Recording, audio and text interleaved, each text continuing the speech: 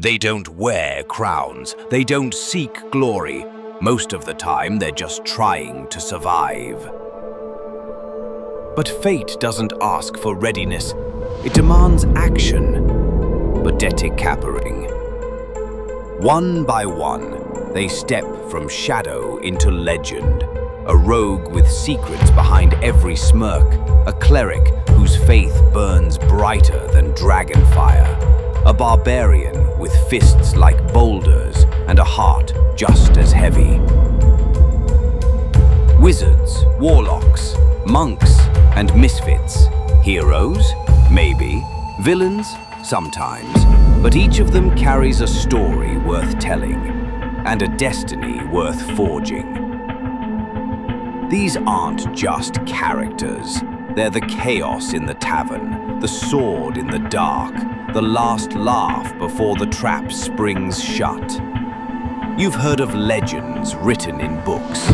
These legends are written in blood, steel, spell, and choice.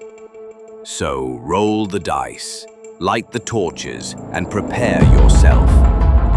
Because the adventure is calling. These are their stories.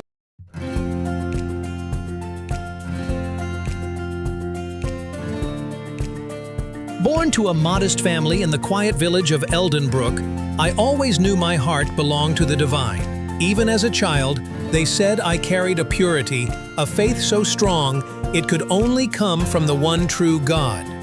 At 10 years old, I followed the call of a revelation burning in my soul and left my home behind. I walked alone to the towering cathedral of the one true God, a monument of light and marble. There I found more than a sanctuary, I found my purpose. For 10 years I studied the sacred texts, healed the wounded, sang the hymns of light. My faith deepened. My hands became instruments of divine mercy. But within those sacred halls, I also discovered something unexpected, the joy of candy making.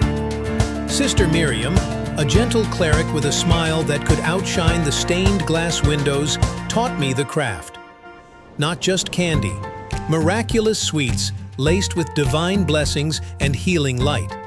My confections became legendary. A single piece could soothe pain, lift hearts, mend wounds, a sweet reminder of the one true God's love. But I knew the world beyond those cathedral walls was suffering, and my calling wasn't to stay hidden behind stone and scripture. Evil festers where no light shines, and I could no longer ignore it. So, with the blessing of Father Marius and a pouch of my finest candies, I stepped beyond the holy gates, not just as a cleric, but as a beacon. I walk these lands to heal the sick, to confront the wicked, and to share the light of faith. One miracle, one smile, one candy at a time. Because I believe even the smallest sweetness can turn back the darkest night.